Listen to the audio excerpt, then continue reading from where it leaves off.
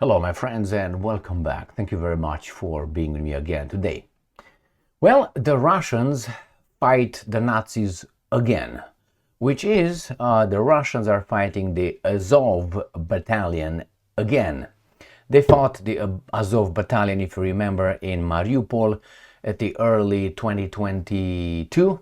I think it was, It was March, April, and early May 2022 in Mariupol, when some of them were surrounded over there and they went to Russia in exile, I guess. So the Ukrainians bring the Azov battalion back into the front line in a decisive fight against the Russians in Pokrovsk.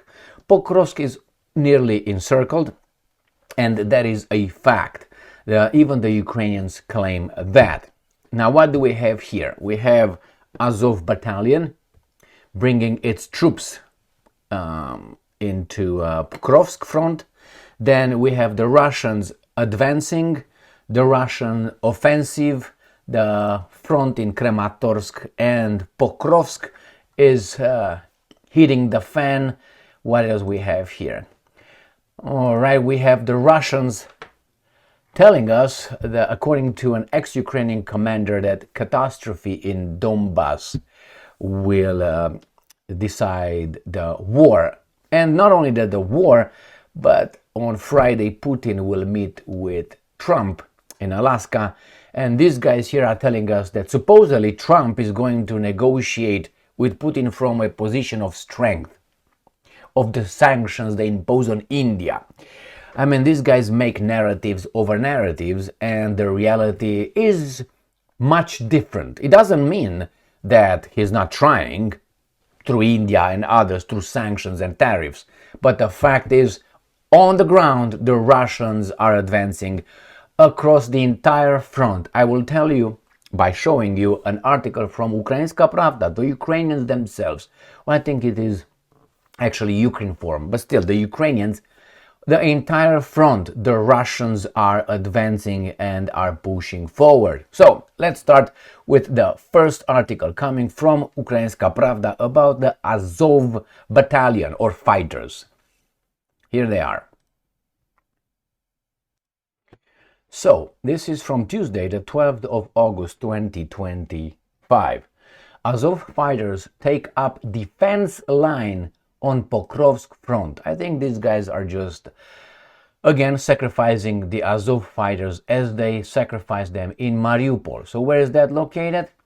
This is Krasnoarmeysk. This is Pokrovsk, right there. The Russians are encircling them in the north, from the east, and from the south right here. The Russians almost hit, not almost, mostly hit the Dnipropetrovsk Oblast borders. They are advancing. They're going to cross here in Novopavlivka in a minute. We're going to discuss that as well. So remember, we're talking about this. They get defensive positions. So Mariupol, if you remember, was right here by the Azov Sea. This is Mariupol right there. This is where in March, April, and in May, I think on the 24th, 23rd of May, the Azov battalion was surrounded here in the Azovstal plant, metallurgical plant. So this is where about 2,600 fighters and so on were encircled, and then they came out, then they gave up, and they were taken to Russia for interrogations and so on. So this Mariupol, now we have north of it in Krasnoarmeysk, which is Pokrovsk right here. So defensive positions. Again, this will be as Bakhmut, Artemovsk, if you remember, called Bakhmut, I think it was. Artemovsk, when again the Russians took over, and these guys in the last minute ordered a retreat, saying that they saved lives. No, it was too late, because after about a few hours the Russians put the Russian flag on top of the Bakhmut. So let's read further. The 1st Corps Azov of the National Guard of Ukraine took up designated defense positions on the Pokrovsk front a few days ago. Information available to UP, Ukrainska Pravda, indicates that the area in question is in the direction of Dobropillia, and I will show you, and the Dobropillia-Kramatorsk road. So that's bad, that's bad. Where is that located? Let me show you. Got lost in space here. So this is Kramatorsk and Dobropillia. This is the area. In this area right here. This is where these guys, Kramatorsk and Dobropillia, they are taking positions on this road right here, Dobropillia, they call it. So, Kramatorsk, Dobropillia, right there. This is the position where they take positions. Why? Right here, probably, because here is where the Russians advance. I have another video where the Russians, another article where the Russians are trying to advance and cut them off this line of communication, Kramatorsk, Dobropillia or Dobropillia, and here we have Pokrovsk.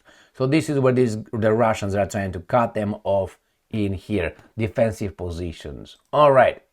The situations remain difficult and dynamic. I told you when the situation is already dead, they are calling it difficult, dynamic, and tense.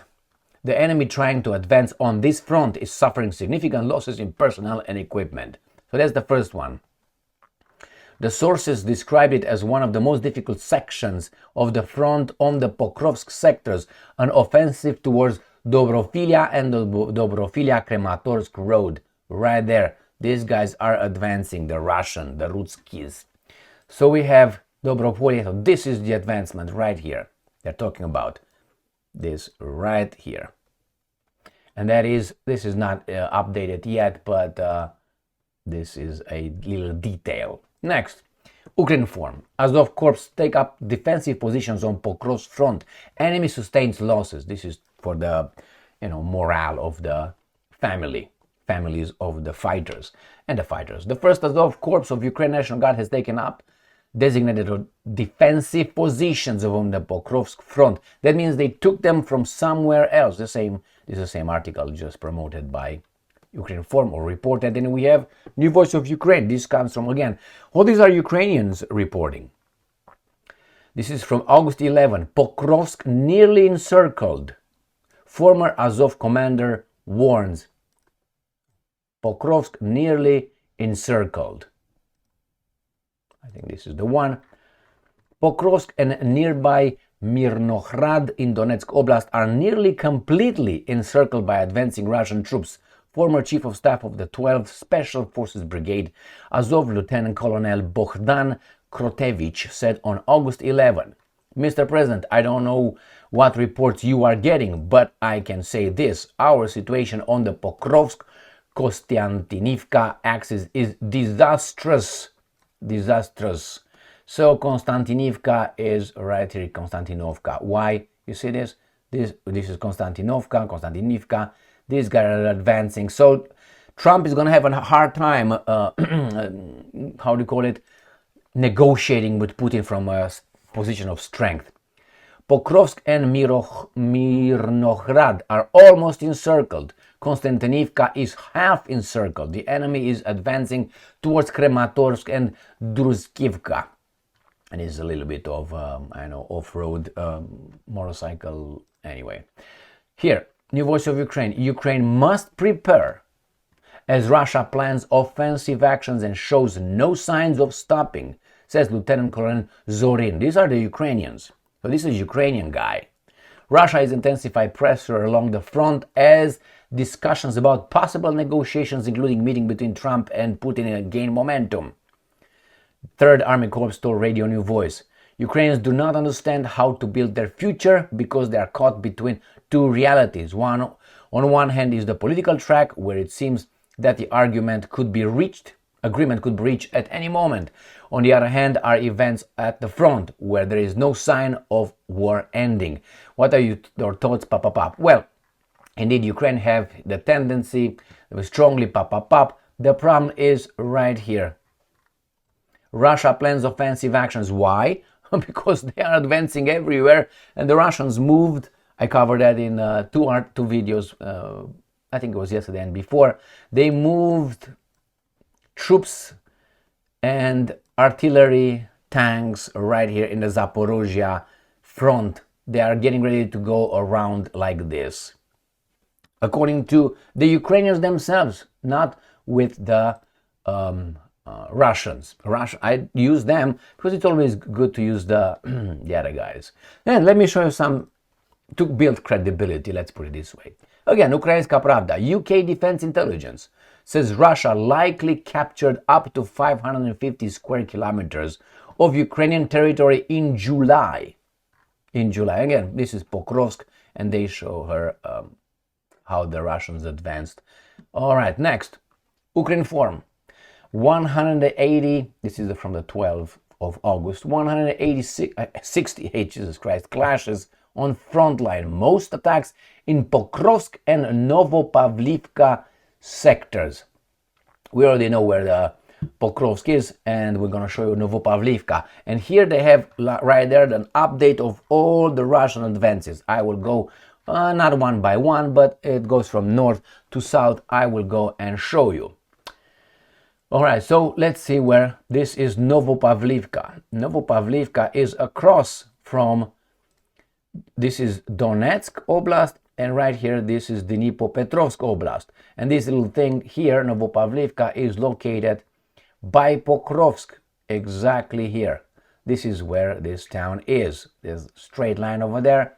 I think we were right here. This is a straight line over here. So and this is a little river going down. So this is the area. Pokrovsk is, this is Rivne, Pokrovsk right there. Pokrovsk, Pak, Tsak, Buk, Buk. That's where the situation is. Kramatorsk right there, Donetsk in here.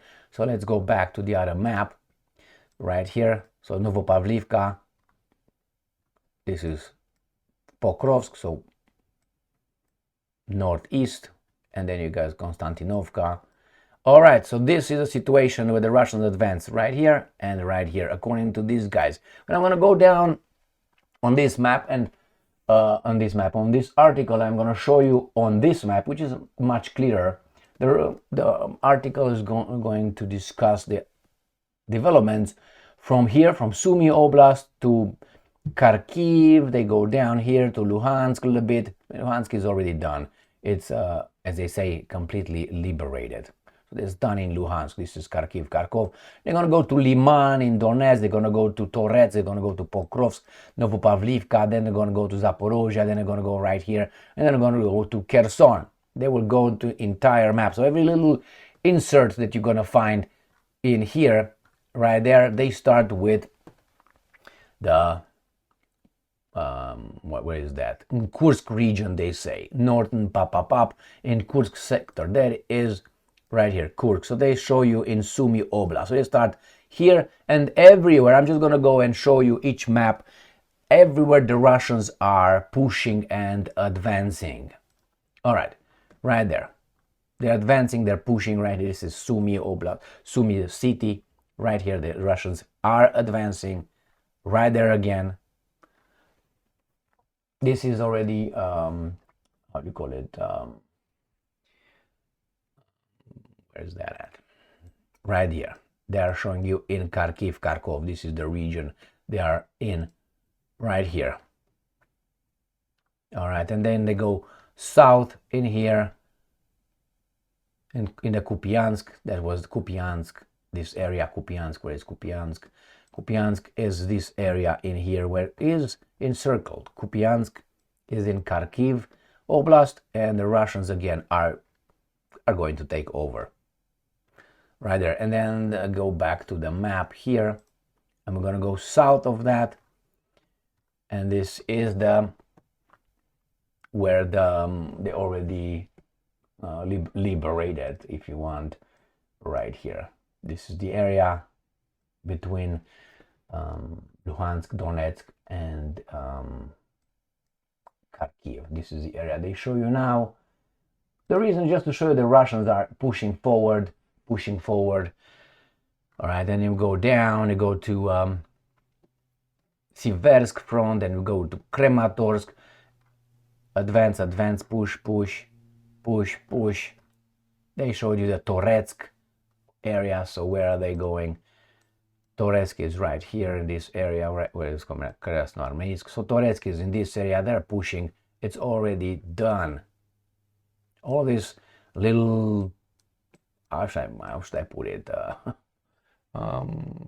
pinching operations. They are here shown by the Ukrainians. These are the Ukrainians. Pokrovsk, right there, it's in big doo-doo situation. Then you go a little bit south right here towards the Novopavlivka and others. They go south, Kuliapole, and then they little by little go into how do you call it, Zaporozhye. Little by little they go this way, pak, and then they go to Zaporozhye and then to Kherson. I just want to show you right here, even in Kherson, these guys are trying to cross over the Dnipro River into Kherson, and this is Kherson right here. This is the Black Sea, this is the Dnipro River, and this is Mykolaiv right here on the big map. They're talking about this area right here on the big scheme of things, right there by the Crimean Peninsula. So the Russians are advancing everywhere. And again, the Ukrainians claim Russian troops advanced towards Dobropillia-Kramatorsk road, DeepState. And here is where they advance, according to their map. And that is, I showed you where Kramatorsk and Dobropillia are in Donetsk People Republic. Kramatorsk is over here, and Dobropillia is right here. So the Russians are advancing here towards this little road in here. Kramatorsk, Dobropillia. This is the Russian map. That's why it has different spelling, different sound, different names. Next, Kiev forces face catastrophe in Donbass. Ex-Ukrainian commander. This is according to Russia Today. The front line has fractured. The AFU units are facing major encirclements. Bogdan Krotevich claims. This is the same one who talked in the other video, in the other article I mentioned. The situation in southwestern Donbass is rapidly deteriorating for Ukrainian troops, now facing two major encirclements. Former chief of staff of the Azov Brigade, Lieutenant Colonel Bogdan Krotevich, has claimed the front line between Pokrovsk, Krasnoarmeysk, the largest city under Ukrainian control in the southwest of Russia's Donetsk People Republic, and Konstantinovka, a major stronghold some 45 kilometers northeast of the city, has effectively ceased to exist, Krotevich claims. So that he's talking about Konstantinovka and Pokrovsk right here.